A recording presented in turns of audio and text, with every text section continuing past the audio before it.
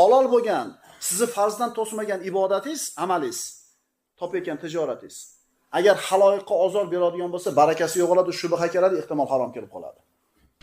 Biz deydi Alloh taolo ularning dunyo hayotidagi tirikliklarini ham, ularning o'rtalaridagi narsani ham biz taqsim qilganmiz. Ularning o'rtalarida biz taqsim qilganmiz. Shuning uchun kimi boy, kimi kambag'al bo'lishligi bu Allohning ixtiyori edi. Xuddi kimi erkak, kimi ayol bo'lishi Allohning ixtiyori bo'lganidek. Birodarlar, taqdir bitilgan. Taqdirni bitilishi ikki xil bo'ladi. Taqdir masalasi nozik masala. Hukm bo'lib yozilgan taqdir bor, vasf bo'lib yozilgan taqdir bor. Hukm bo'lib yozilgan taqdir sizni ixtiyoringizdan tashqarida bo'lgan ishlar. Erkak ayol bo'lishingiz, bu hukm bo'lib yozilgan. Kimni farzandi bo'lishingiz, hukm bo'lib yozilgan, sizga aloqasi yo'q. Qaysi zamonda yashashingiz, hukm bo'lib yozilgan. Qanaqa millat vakili bo'lishligingiz, hukm bo'lib yozilgan. Boy kambag'al bo'lishingiz ham hukm bo'lib yozilgan. Endi vasf bo'lib yozilgan narsalar nima? Bu sizning ixtiyoringizdagi ishlar. Musulmon kofir bo'lishingiz ixtiyoringizda. Alloh taolo musulmon bo'lsin, kofir bo'lsin demagan. Agar bunday desa hukm bo'lib qolar edi. Musulmon bo'ladi yoki kofir bo'ladi dedi. Insonning o'zining ixtiyorida. Taqvoli bo'ladi yoki fojir bo'ladi. Tushunarlimi?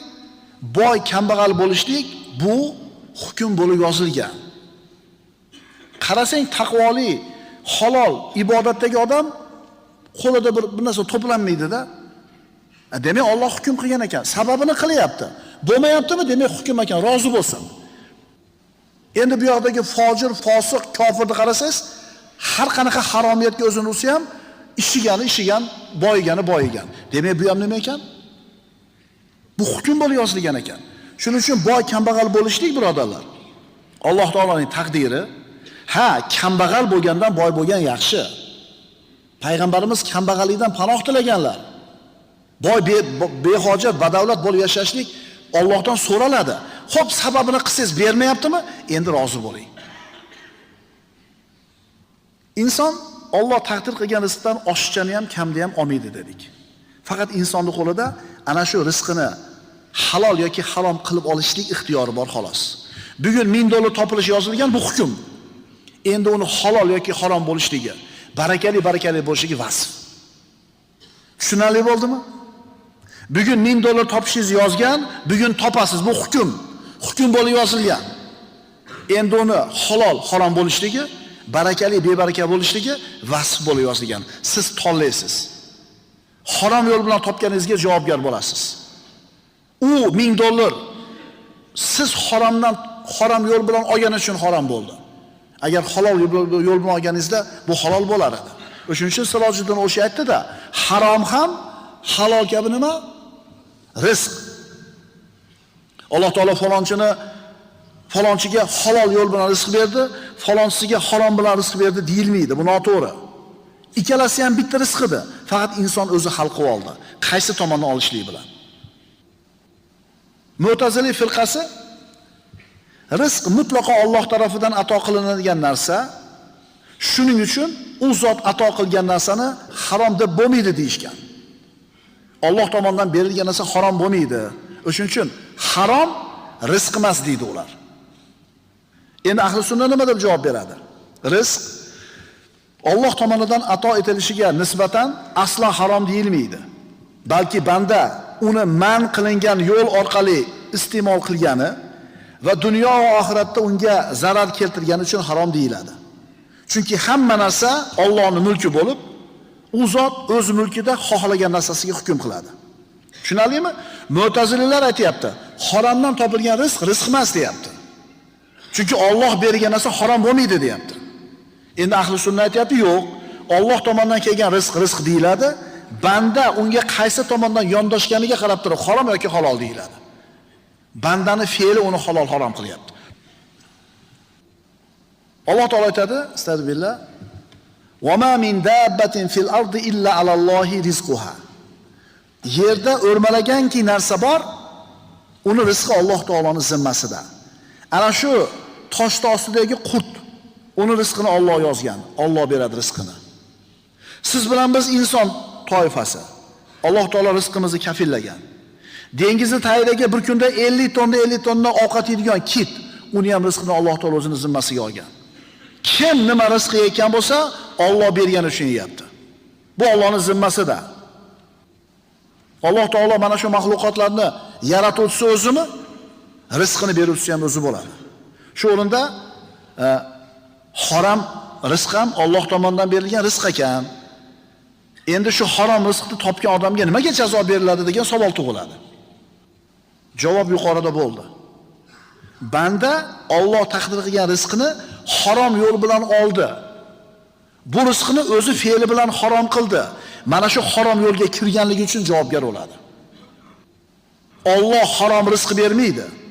Banda rizqini nima qilib oladi? Harom qilib oladi. Alloh taolo aytadi: "Ey odamlar, yerdagi halol, pok narsalardan tanovvul qilingiz." Mana buyruq. Yerda halol narsa ham bor, harom narsa ham bor. Halolini ye deyapti. Rizqing to'g'ri bo'lib keldi. Haloldan yesang halol bo'ladi, haromdan yesang harom bo'ladi. Demak, inson ana shu halolni ye degan buyruqqa bo'yinsunmaganligi uchun bu dunyoda ham, oxiratda ham mana shu ishiga nima bo'ladi? Javobgar bo'ladi. Aqoidun Nasafiyada rizq haqida shunday deyiladi. Harom ham rizqdir. Hamma o'z rizqini halol bo'lsin yo harom bo'lsin, to'la to'kis oladi. Inson o'z rizqini yeya olmas qolishi yoki boshqa birov uni rizqini yeb qo'yishi tasarruf ham qilinmaydi. Rizqini yeb ketdi deydi. Nima deydi? Yonboshiga bitta do'kon ochilsa, siqilib o'lib qoladi. Konkurent deydi. Meni klientim nima qilib qo'yadi? Voy birodar, tushun, seni rizqingni-chi, xotining ham, bolang ham yeya olmaydi. Bizning mahallada bir nonushtaga bir epizod bo'lgan. Mahallaning oqsoqoli nonushtaga chiqqan bomdoddan keyin, qani o'tiringlar deb turib, bismillah degan duoda qilgan, bir tishlamda shunday tishlaganda, shunday yiqilib o'lib qoldi. Og'zida tishlagan noni bilan qoldi, chaynamadi, tishladi, yiqildi. Demak, shu non uni nimasi emas? Chiqarib olib qo'yishdi. Og'ziga savolodi ham chiqib ketdi. Chunki nima emas ekan? Shuning uchun hech kimning rizqini hech kim yeya olmaydi. Yonboshiga 10 ta do'kon ochilsa ham. Tushunarlimi? Musulmon odamning rizqiga konkurent bo'lmaydi. Xotirjam bo'laylik. Tagiga suv quyishga harakat qilasiz, naborot. Unga shikoyat qilasiz, unga pul berasiz, xullas mo do'konni yopib ber, yo'q qiladi deysiz. Aytdi-ku boshida rizq haqidagi nima tuzalsin? Hikamul Atoyida aytiladi: Allohni senga yetarlicha rizq berib, haddingdan oshib ketishingga sabab bo'ladigan narsalarni sendan to'sib qo'yishi senga ne'matlarni to'liq qilib berganidir. Senga yetadigan rizqni berdi, oshiqchasini bermadi. Chunki oshiqchasini bersa haddingdan oshib ketishing mumkin edi. Haddingdan oshirib yoradiganini bermadi, lekin kifoya qiladiganini berdimi? Demak, ne'matni Alloh senga to'liq qilib beribdi. Chunki Alloh taolo aytadi, astagfirullah, innal insana la yatgha ar-ra'ahu istaghna. Albatta inson o'zini boy behojat ko'rgach tug'yonga ketadi. Haddidan oshadi qachon inson puli ko'payib ketganda-da. Shuning uchun oz bo'lib kifoya qilgan rizq ko'p bo'lib haddizdan oshirib olgan rizqdan yaxshiroq. Qaytaramiz.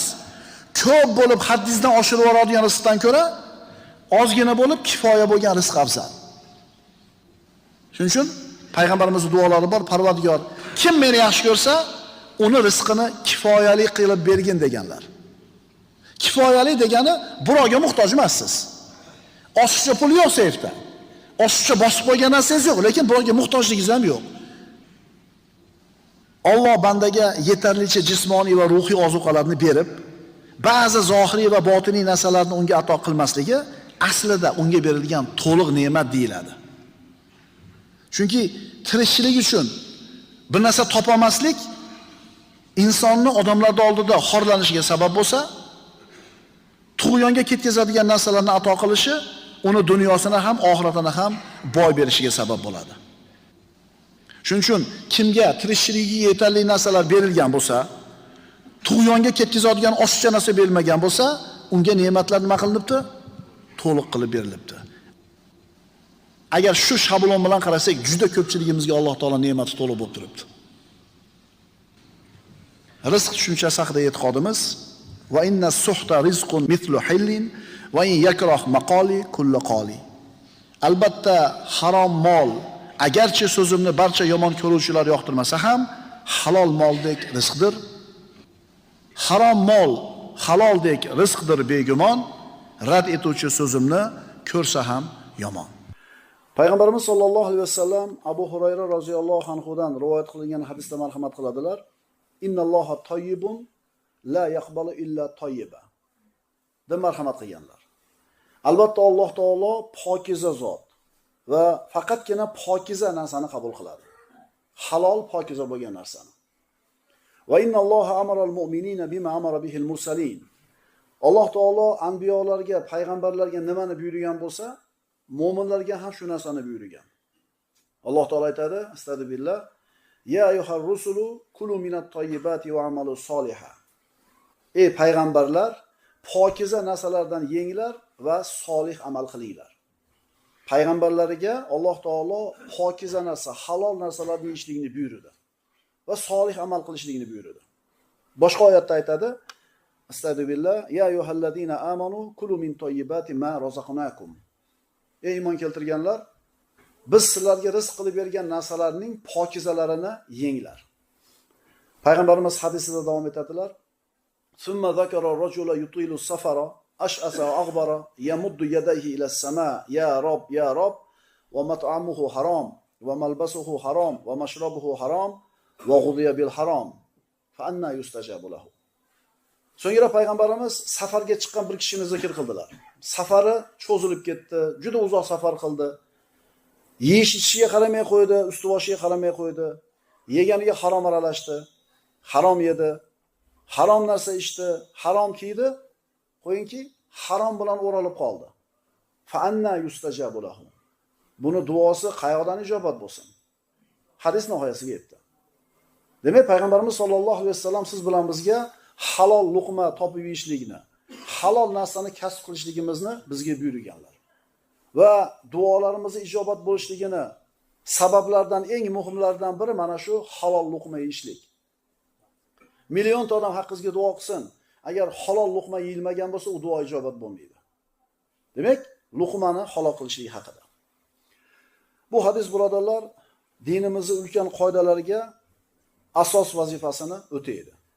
Mana qilayotgan duoyimiz ijobat bo'lishi, amallarimiz qabul bo'lishi, musulmonlarning jamiyatda bir xayriyatlarni ko'p bo'lishligi ayni mana shu luqmaga, yeyotgan taomimizga to'g'ridan to'g'ri bog'liq bo'ladi.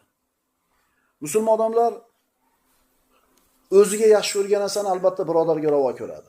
O'ziga ravo ko'rmagan narsani ravo ko'rmaydi. Va mana shu o'rinda biri ikkinchisi qilayotgan kasbi korida nuqson, kamchilikni ko'radigan bo'lsa, buni albatta nasihat qilib tuzatib qo'yishlik kerak bo'ladi. Mana shu halol luqma birodarlar siz bilan bizning osuda hayotimizni garovi bo'ladi. Mana hadisda aytildi, innalloha tayyibun la yaqbalu illa tayyiba. Alloh pokiza zot va pok narsalarni qabul qiladi. Endi pok narsalar nima? Bu so'z bo'lishi mumkin, ihson bo'lishi mumkin, duo bo'lishi mumkin, e'tiqod bo'lishi mumkin. Pokizalik. Hech kim o'zini qalbini nopok deb bilmaydi. Hamma o'zini pok inson deb biladi. Chunki hammani o'zini pokligi degan narsaga qo'ygan o'lchovi bor, o'zini shabloni bor. Ana shu to'g'ri yo'l, pokiza narsa deganda shariatda siz bilan biz o'zimizga andoza qilishimiz kerak. Alloh taolo riyo, kibr, shunga o'xshagan amallar aralashgan bo'lsa siz bilan biz amalimizga, buni qabul qilmaydi. Qilayotgan amallarimiz riyodan, kibrdan, xo'ja ko'rsindan toza bo'lishligi kerak.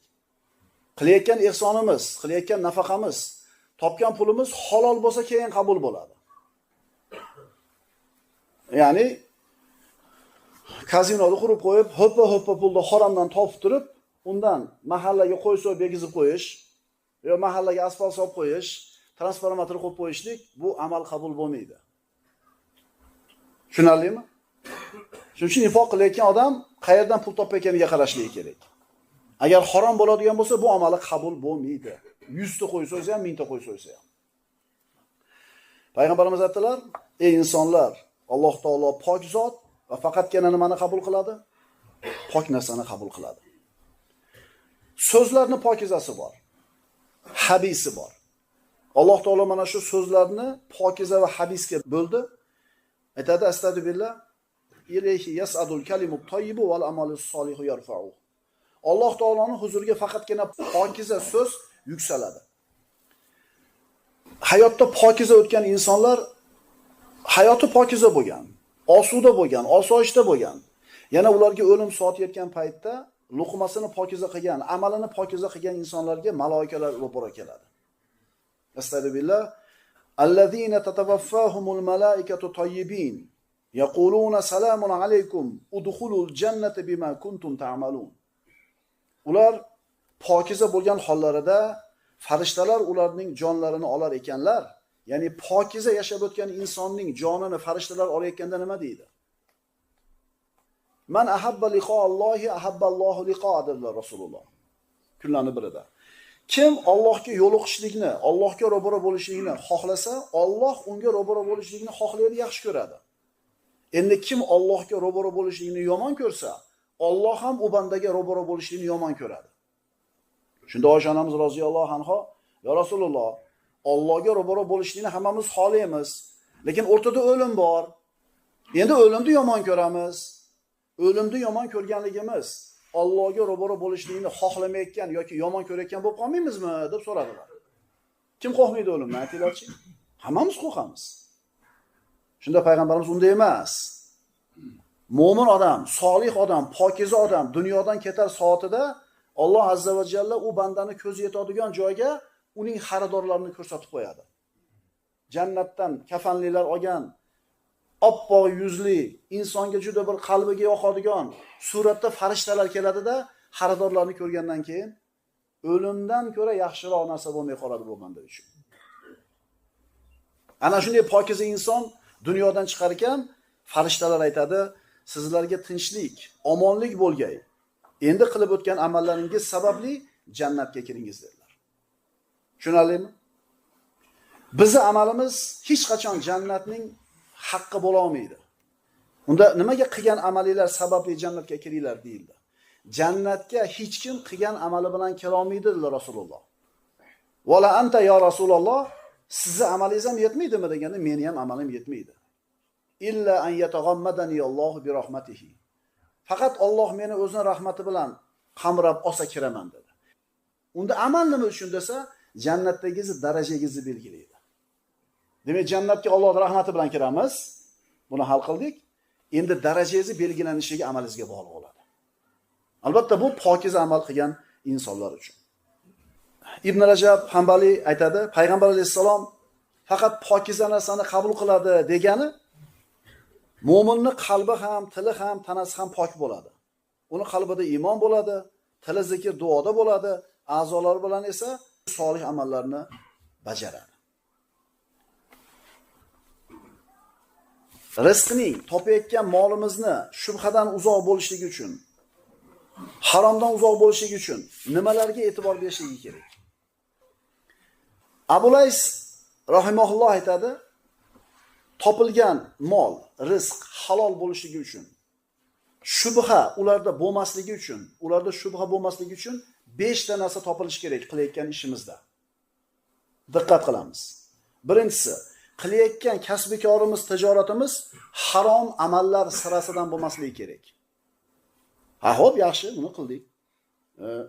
Harom ish tijorat bilan shug'ullanmayapmiz, tarozdan urmayapmiz, nima qilmayapmiz, aroq sotmayapmiz, cho'chqa sotmayapmiz. Qilayotgan ishimiz halol. Bormi? Bor, alhamdulillah. Ikkinchisi, qilayotgan kasb-koringiz sizni farz amallardan to'smasligi kerak. Namozdan, ro'zadan, siz uchun farz bo'lgan amaldan to'smasligi kerak.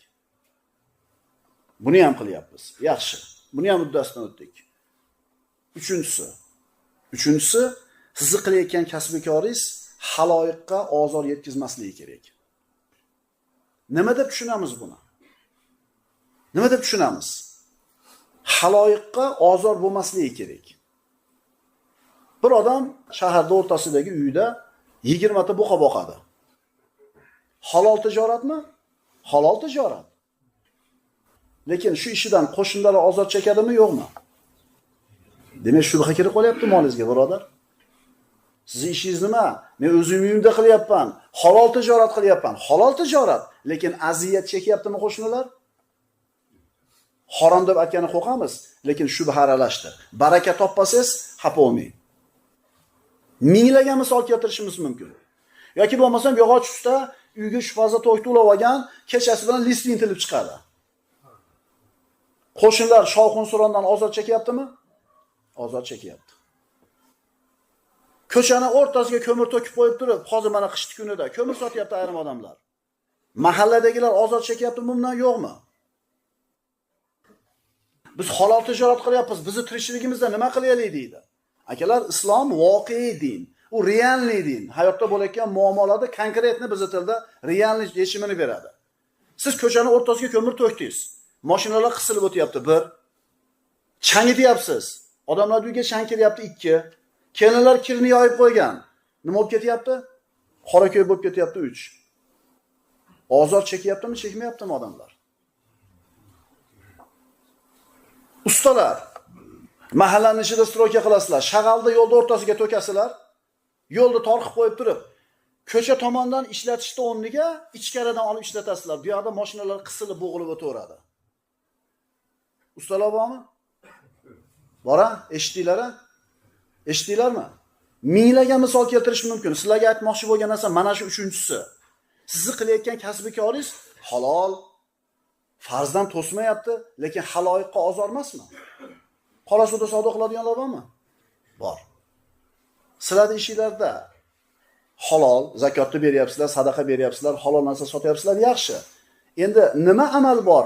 Sizni qilayotgan ishingizda odamlarga ozor bo'lgan. Yashang. Qaysi yo'lga? Qora suv yo'ligami? Konteyneringizdan tashqariga stolda olib chiqasiz. Yarim metr surasiz, ko'rinsin deysiz. Yo'lda tor etiryapsizlarmi? Demak, bozorga kelgan haloyiqqa ozor beryapsizlar. Shubha tijoratlarga aralashyapti. Yoki bo'lmasam tovaringlarni ilib qo'ygansizlar, bozordan oyog'i ko'rinmaydi. Xuddali junglida ko'katlar orasida yurgandaqa adyolda itarib maqi o'tish kerak, ko'ynagini itarib maqi o'tish kerak. Ozor aziyat emasmi bu? Aziyatmi? Savdogarlar, sizlar nimani qo'yapsizlar? Pulnimi, barakanimi? Barakani qo'yapsizlarmi? Shubhadan, haromdan ehtiyot bo'lmoqchimisizlar? Bir ishinglarni tekshirib qo'yinglar. O'shuning uchun mahallaning ichiga zavod qilib olgan, mahallaning ichiga shunaqa bir ishlab chiqarish qilib olgan birodarlar, bu o'ylanib qo'yinglar. Qo'shnilar ozor chekayotgan bo'lsa, halol bo'lgan ishimizdan barakatga qolmagan ibodatingiz, jidringlar chekaga, topayotgan tijoratingiz. Mol boqmoqchi, agar haloldan bir joydan yer olsa, barakasi bo'ladi, shubha kiradi, shunda qiling qoladi. Har kim o'zi xulosa qilib olsin. Biz hozir bugungi mavzuyimiz qilayotgan kasb-korimizdan haromni nari qilishlik, halol pul topishlik haqida dars qilyapmiz.